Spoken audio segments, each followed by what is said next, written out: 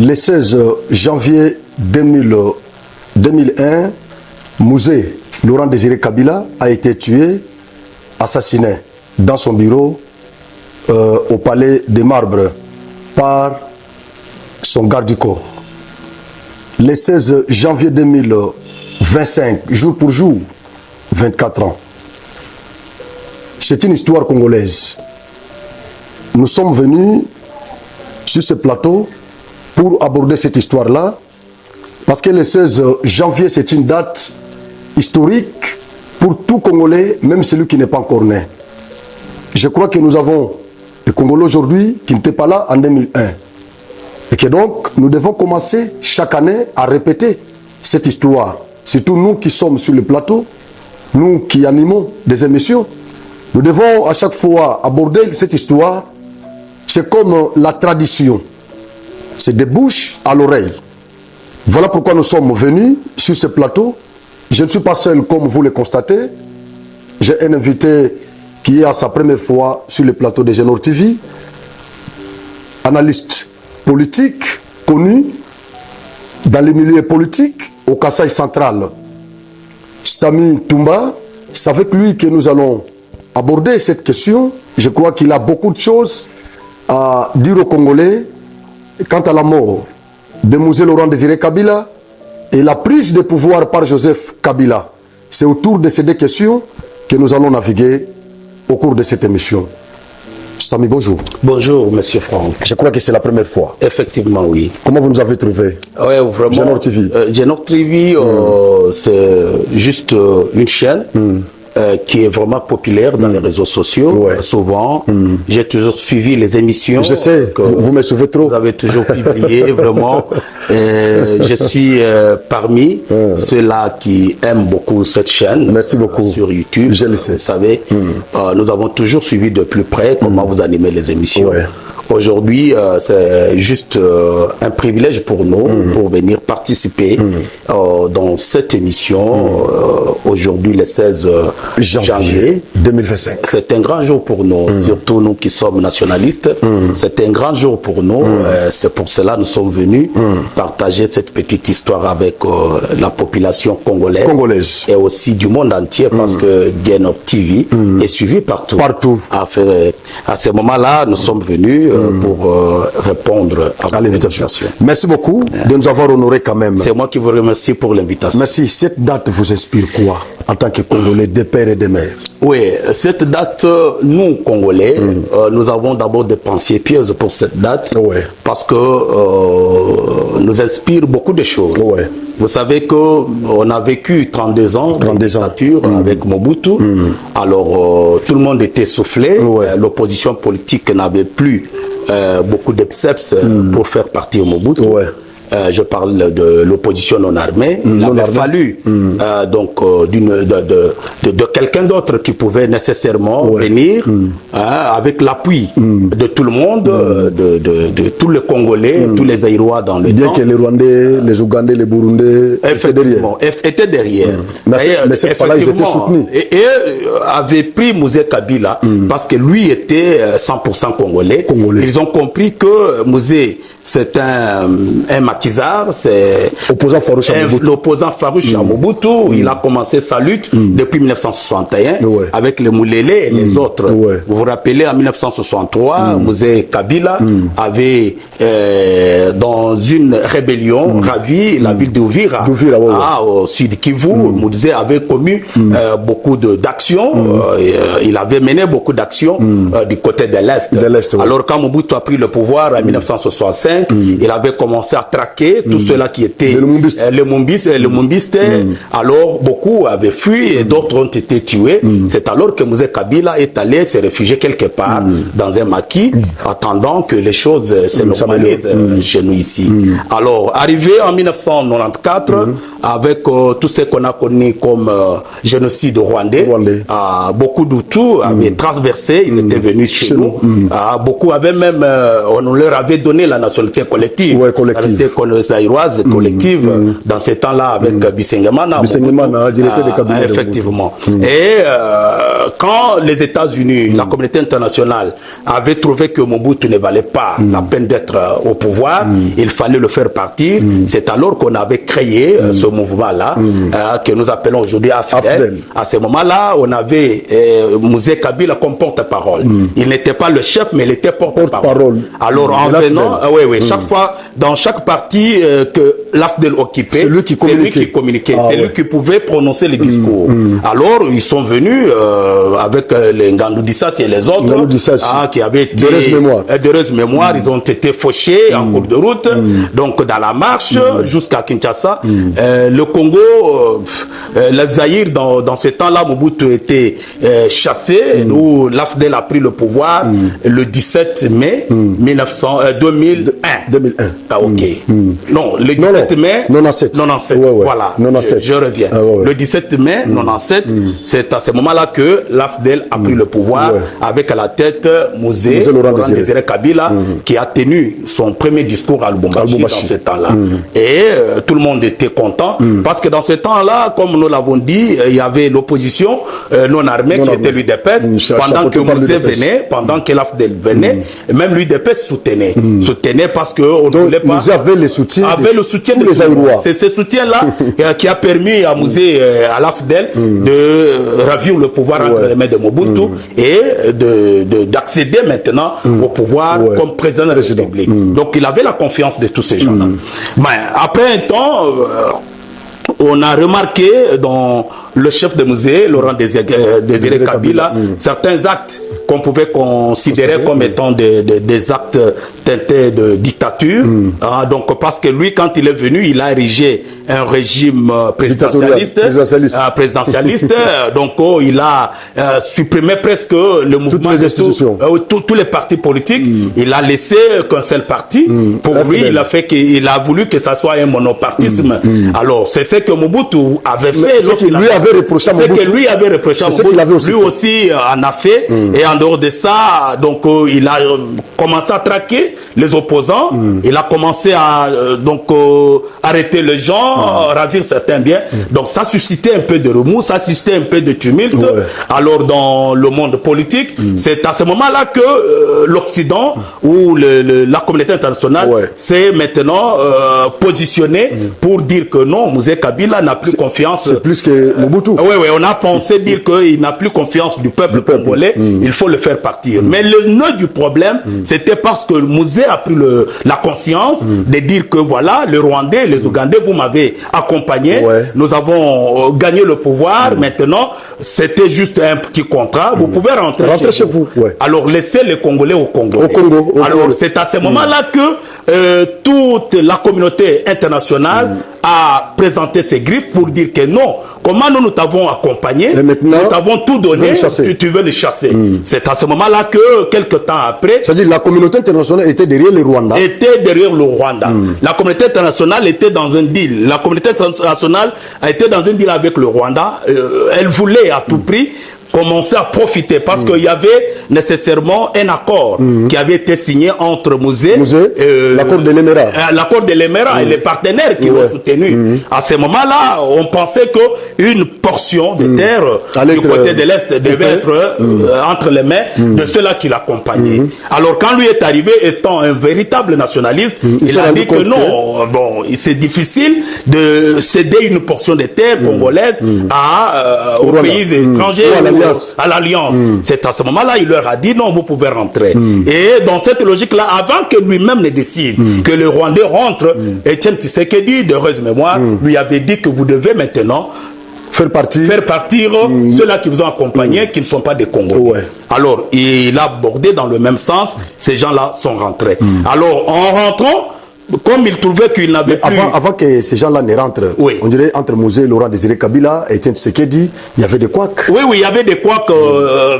Les choses ne semblaient pas bien tourner par le fait que, pour Etienne Tshisekedi, lui pensait que Mouzé Kabila devrait nécessairement recourir aux clauses ou aux résultats du dialogue de la conférence nationale souveraine.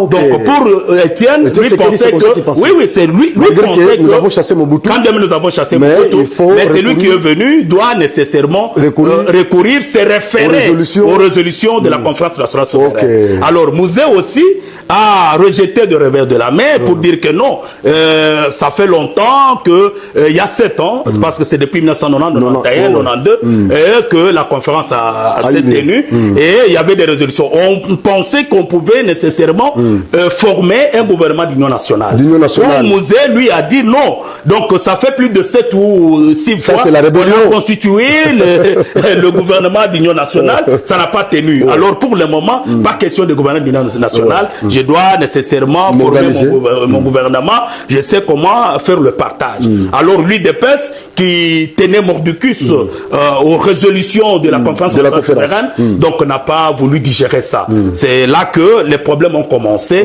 entre l'opposition non armée et Mouzé, qui était dans l'opposition armée. Donc, ça a créé des couacs. C'est là qu'on a commencé à connaître certaines méfiances entre la population qui avait beaucoup plus de confiance envers Tshisekedi et Mouzé aussi qui venait à peine d'arriver. Donc, il y a eu méfiance. Maintenant, la population était restée derrière Tshisekedi. La population, une grande partie était derrière Tshisekedi. Ah, donc la population était divisée. Oui, la population avait compris, avec les discours de ce temps-là, on comprenait comme si nous avons un dictateur bis, donc un Mobutu bis. Donc, il est venu, au lieu de mettre tout le monde autour d'une table, maintenant, il a voulu frayer un autre chemin. C'est ce qui a créé aussi des remous. Maintenant, la frange qui soutenait Mouzé là, c'est disait quoi? Pourquoi elle les soutenait? Oui, la frange là, comme elle était venue dans une lutte armée. La France pour chasser Mobutu, ne trouvait pas le gain de cause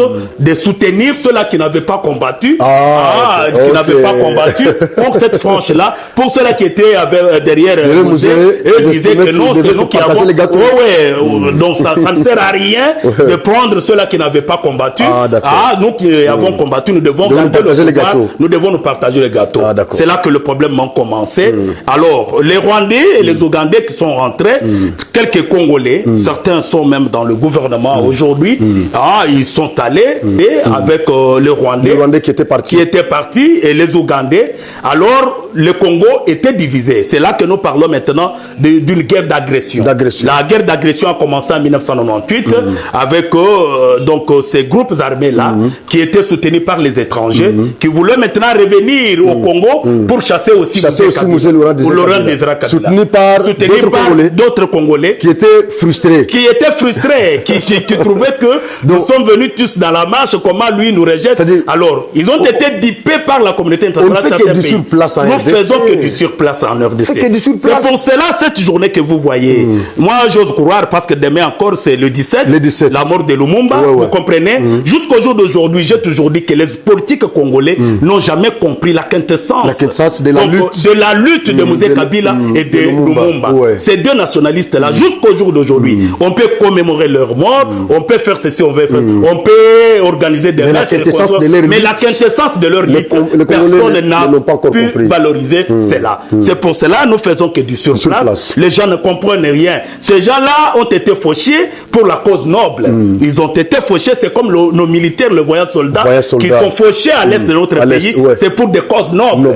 Mais les Congolais, les politiques congolais, ils n'ont pas encore compris pourquoi le sang de ces héros nationaux ont été ont coulé, ont été versés. Donc c'est comme ça que nous disons que Mouzé Laurent Désiré Kabila avait, en dehors de ses aspirations dictatoriales, ses aspirations politiques, mais il avait une bonne vision pour le Congo. Donc il était nationaliste. Il était un véritable nationaliste. Lui voulait que le Congo soit réellement entre les mains des Congolais. Maintenant, les méandres autour de son assassinat. Il y en a qui estiment que c'était Edi Kapende qui était en complicité. D'autres disent non, Edi Kapende n'était pas en complicité. C'était son garde-corps qui était instrumentalisé par les Occidentaux. Il y en a aussi qui estiment que c'est Joseph Kabila qui était l'instigateur de cet assassinat-là. Vous savez, donc la justice elle-même, parce qu'en 2003, Edi Kapende a été condamné à mort. Il n'était pas seul, ils étaient nombreux. Donc, pour la justice, c'est Edi Kapende qui était dans ce coup-là. Alors, jusque-là, parce qu'il a bénéficié d'une grâce présidentielle. Il est sorti, il est commandant de la 22e région militaire à Lubumbashi. Alors, nous osons croire que les commanditaires, le vrai commanditaire jusqu'au jour d'aujourd'hui, ne sont pas connus. Parce que à nous, scientifiques, nous ne pouvons pas spéculer chercher à attendre la décision ça et là. Non, il faut attendre la décision de la justice qui va nous dire réellement qui est l'assassin de Musée Laurent Désiré Kabila. Jusqu'au jour d'aujourd'hui, rien n'est encore révélé. Donc Kabila n'y est pour rien? Bon, je ne saurais pas dire. Moi, je ne saurais pas. Je ne suis pas ici pour incriminer Kabila ou pour les soutenir. Mais je me limite en tant qu'analyste politique. Je suis en train de me limiter dans le fait. Le fait, jusqu'au jour d'aujourd'hui, la justice de notre pays a fait son travail. La justice n'a pas encore dévoilé que c'est réellement Joseph Kabila qui était dans le coup. Ou c'est dit qu'à peine parce qu'il vient d'être gracié, on n'a pas dit que c'est lui qui avait tué Musée, c'est lui qui était dans le coup, c'est elle. Donc nous sommes en train de réserver cette primaire-là donc à la justice de faire son travail. Je ne sais pas, c'est juste un dossier pénal. On va faire des poursuites, on arrêtera. La vérité finira par s'éclater. Voilà. Alors, les enfants de Musée, est-ce que Musée avait seulement les jumeaux, les deux jumeaux là et Joël Kabila? Ah bon, je ne saurais pas ni infirmer, parce que pour le moment, il y en a beaucoup. Oui, Musée, vous savez, aujourd'hui, tout le monde Musée était au maquis. Musée était au maquis. Je me rappelle en 2001, je me suis croisé avec un militaire qui venait de Manono lors de cette guerre-là d'agression. J'étais quelque part là où cette guerre-là faisait rage. Alors là où j'étais logé, j'ai fait connaissance avec un militaire là qui venait de Manono, qui a vécu avec beaucoup d'enfants de Musée. Il m'a révélé en 2001, il a dit Musée avait beaucoup d'enfants. Il m'a dit Musée était au maquis, il pouvait avoir plus de 5 ou 7 femmes. Donc il donnait naissance en désordre. Y compris Joseph Kabila aussi. Oui, et parmi ses enfants. Selon lui, donc il non, selon vous. Bon, moi je suis jusqu'au jour d'aujourd'hui, je suis scientifique. Je reste dans ce qui est rationnel. Vous comprenez? Je ne veux pas démérer dans ce que les gens ont toujours dit. Moi, je reste dans ce que, quand je mène mes recherches, je trouve que voilà ce qui est vrai. Mais vous n'avez jamais découvert... Bon, jusque-là, nous restons dans ce qui est rationnel. Ce qui est rationnel pour nous, c'est, nous voyons que lorsqu'on parle de Joseph Kabila, on nous dit que c'est le fils à Musée. Donc, on se limite là. Il y a même d'autres qui ont parlé. Il y a d'autres, j'ai suivi Mouyambo qui a parlé. J'ai suivi d'autres qui ont cherché à confirmer que c'est son fils. Mais par rapport à la filiation, ce n'est pas à nous ou à quiconque de faire le commentaire, de déterminer pour dire que cet enfant appartient. Voilà. Donc nous nous limitons à ce que nous sommes, à ce que nous avons vu de nos propres yeux, à ce que nous avons entendu, à ce que nous pouvons fouiller en tant que scientifiques et trouver le résultat. D'accord. Donc voilà. Alors par rapport à sa famille, je sais que c'est un homme. Il pouvait donner naissance. Il va avoir beaucoup d'enfants qui ne se connaissent même pas. C'est sa vie privée. C'est sa vie privée. Voilà. Nous sommes ici pour parler de la nation. De la nation, parler de la République. De la République démocratique du Congo. Après quelques jours, Joseph Kabila a eu le pouvoir. Oui. 18 ans de règne de Joseph Kabila. Après la mort de Musée Laurent Désiré Kabila. Est-ce que vous avez quand même de bons souvenirs de ces 18 ans-là de règne de Kabila? Effectivement. Je sais que lorsque vous prenez la transition congolaise, qui est scindée en deux. Donc la première partie a commencé de 1990 jusqu'à 1997 avec l'avènement de Musée. La deuxième tranche a commencé de 2007, prenons 2007 parce que nous n'étions pas dans un régime, 2007 jusqu'en 2006. Alors, moi, comme enseignant d'université, j'ai toujours dit aux étudiants, Kabila n'a fait que 2 mandats, donc de 2011, Joseph Kabila. Joseph Kabila n'a fait que 2 mandats. La période de 2001 jusqu'en 2006, cette période-là, c'était juste une période transitoire. Parce qu'il ne pouvait pas gérer seul. Le pays était divisé. En 4. Donc, il fallait qu'on puisse se mettre autour d'une table, trouver le terrain d'attente, chercher à harmoniser le point de vue et voir comment le pays pouvait avoir des fondamentaux pour son épanouissement. C'est ce qui avait été fait. Moi, jusqu'au jour d'aujourd'hui, donc, si je regarde... Les 6 ans-là ne sont pas comptés. Oui, on ne les compte pas comme... on les comptait par rapport au régime. Par rapport au régime, nous ne les comptons pas. Parce que la Troisième République a commencé en 2006. Voilà ce que nous voulons avec dire. La constitution. Avec l'actuelle constitution, c'est-à-dire vous prenez 2006, 2011, 2018. On prend ces 12 ans. Donc on peut dire que Kabila a fait ses 2 mandats comme président. Parce qu'il avait toute cette latitude-là de gérer seul, de décider sur la destinée du pays. Mais par rapport à ces 6 premières années, nous disons que c'était juste une période transitoire parce que tout le monde avait la parole, tout le monde était à la gestion.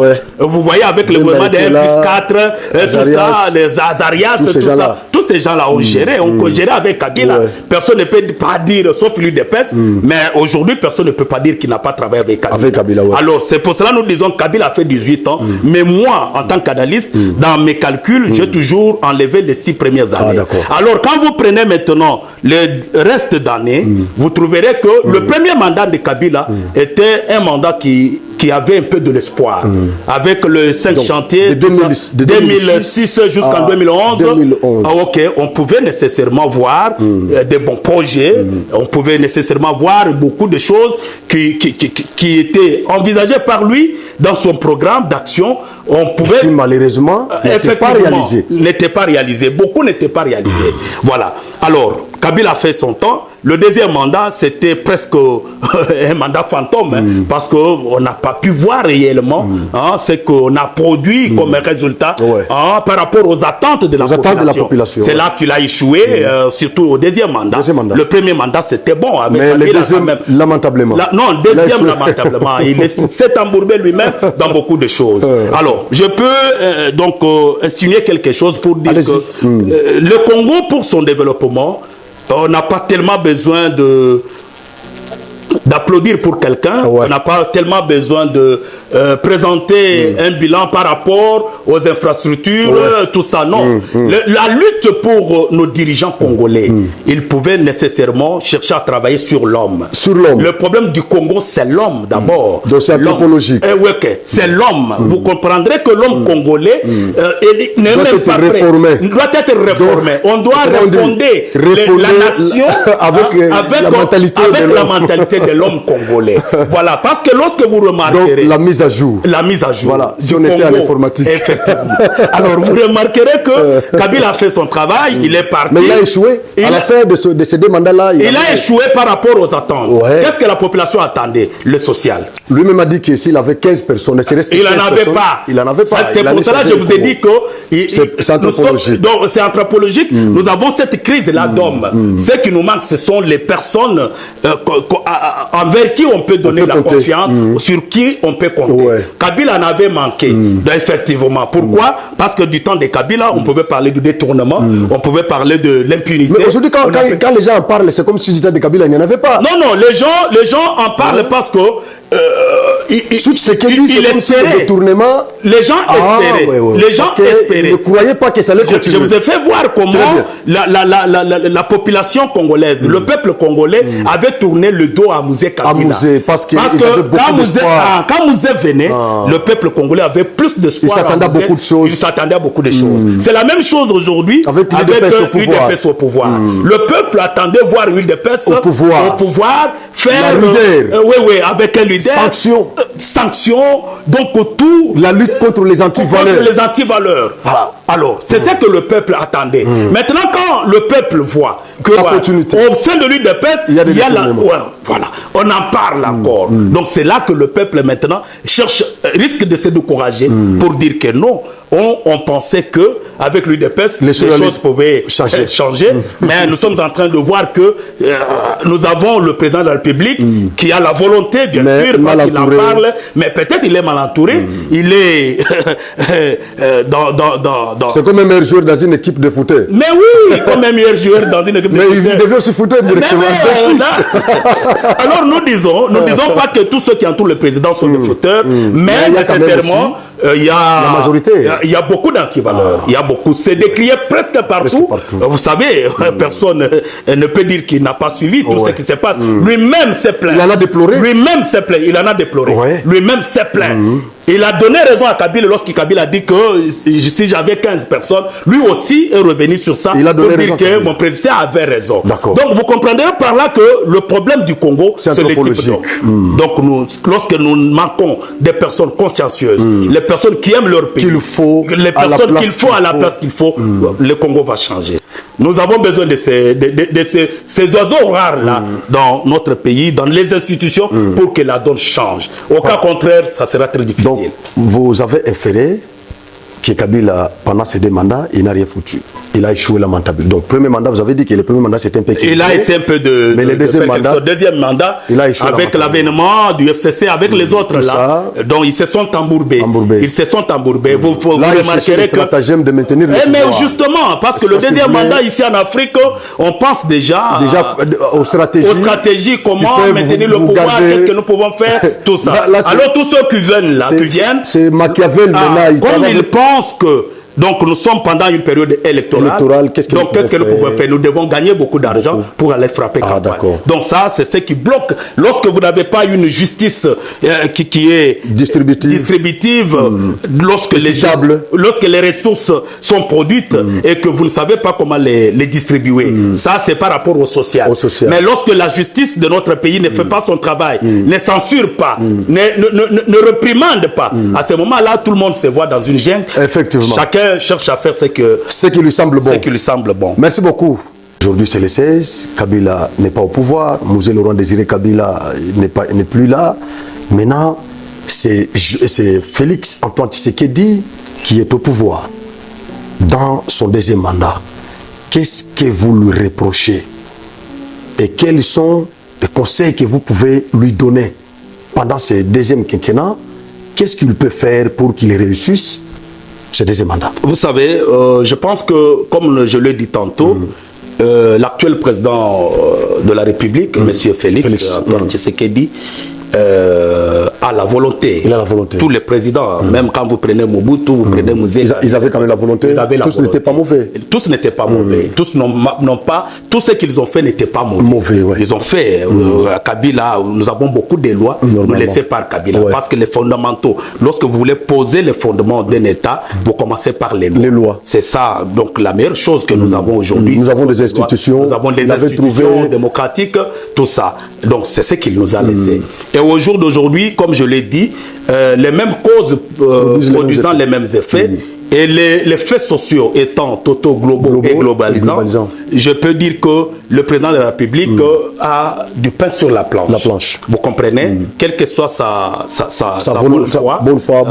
bonne volonté, parce que la volonté politique fait partie des conditions du développement d'un État. J'ai suivi, donc, ceux-là qui lisent le professeur Bernard Kabatousui, là, il parle des conditions du développement, il a mis la volonté politique. Alors, la volonté politique en soi, bon, n'est pas... ça ne suffit pas. Ça ne suffit pas. Il faut y ajouter encore. Il faut ajouter encore quelques ingrédients.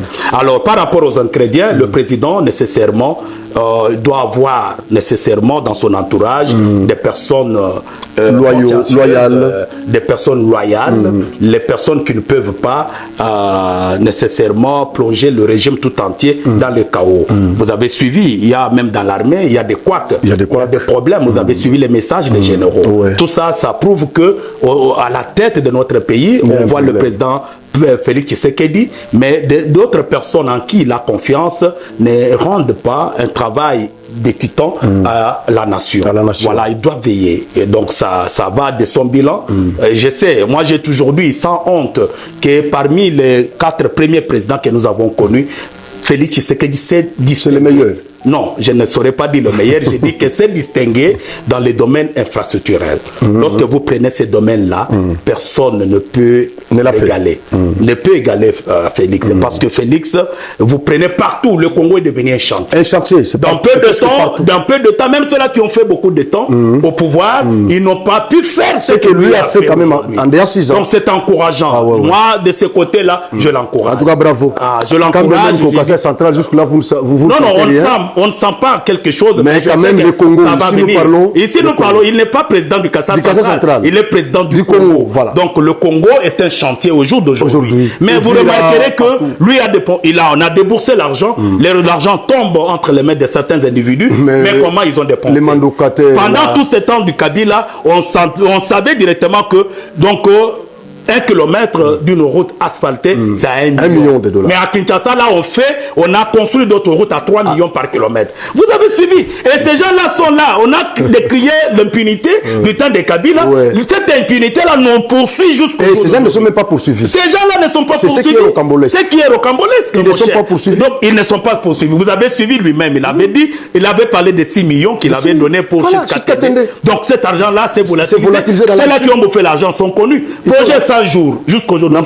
Projet Tchilé-Jeux. Donc nous sommes en train de remarquer que ces temps ici, dans le régime de Félix, quand bien même il a la volonté, mais beaucoup d'argent de notre pays est détourné. Et il y a l'impunité. On ne sanctionne pas. C'est tout ce que vous reprochez. C'est ce que je reproche. On ne sanctionne pas. Et il doit nécessairement ouvrir l'œil. On doit sanctionner. Tous ceux-là qui ont détourné doivent répondre de leurs actes. Et ça ne suffira pas. Lui doit aussi voir. Parce que, vous savez, on ne doit pas nécessairement chercher à gérer d'une manière cavalière. C'est un papa, c'est un père de la nation. Il doit aussi penser de mettre tout le monde autour d'une table, chercher à harmoniser le point de vue. Parce que cette période n'est pas une très bonne période pour notre pays. Le pays traverse donc une période de turbulence. Le président de la République, dans sa sagesse, il ne doit pas écouter ceux-là qui applaudissent pour lui, pour dire non, il n'y a rien. La nation, lorsque le feu brille quelque part, on doit se mettre autour d'une table. Là, vous corroborez la tendance de Fayoulou. Pas tellement. Fayoulou, c'est un Congolais, mais s'il a émis une belle pensée, nous devons soutenir ça. Donc, moi, je n'ai pas dit qu'il appelle autour d'une même table. Autour d'une même table. Fayoulou, chercher à harmoniser. Nanga. Ça dépend de lui. Ça dépend de lui. C'est lui le père de la nation. C'est lui le chef. C'est lui le papa de la famille. Il a toutes les informations possibles. Alors, ça ne va pas servir de rejeter les gens, les appeler. Ceux-là qui trouvent qu'ils peuvent les inviter, ils peuvent être autour d'une table, ils peuvent discuter sur l'état actuel de notre pays. Ça, c'est la proposition. C'est une proposition. C'est la proposition de Samin Toumba. Le feu brille. Voilà. C'est la proposition de Samin Toumba, un scientifique qui se respecte. Lorsqu'il condamne, il doit aussi proposer. Exact. C'est ça. Nous ne sommes pas là seulement pour condamner. Mais nous devons être là aussi pour proposer. Génor TV vous dit sincèrement merci. Je crois que c'est la première fois, mais ça ne sera pas la dernière. Merci beaucoup. Parce que même les téléspectateurs qui nous ont suivis, ils ont senti que vous avez beaucoup de choses. On a beaucoup de choses. J'ai un caméraman là qui est votre première fois, c'est John Bafoulou. Il vous suit trop à la radio. C'est vrai. Quand je lui ai dit que vous serez avec nous ici, il a dit waouh, si c'est lui en tout cas. J'aime beaucoup mon frère John. Vraiment, merci beaucoup pour l'invitation. Voilà. Nous serons là chaque fois que vous aurez besoin de moi. Merci beaucoup. Nous viendrons toujours. D'accord, merci beaucoup. Merci beaucoup. Merci, nous sommes arrivés à la fin et nous vous disons sincèrement merci. Nous disons merci à notre équipe technique qui nous a encadrés aujourd'hui sur ce plateau, qui est chapeauté par Balance et John Mafoulou. Merci beaucoup.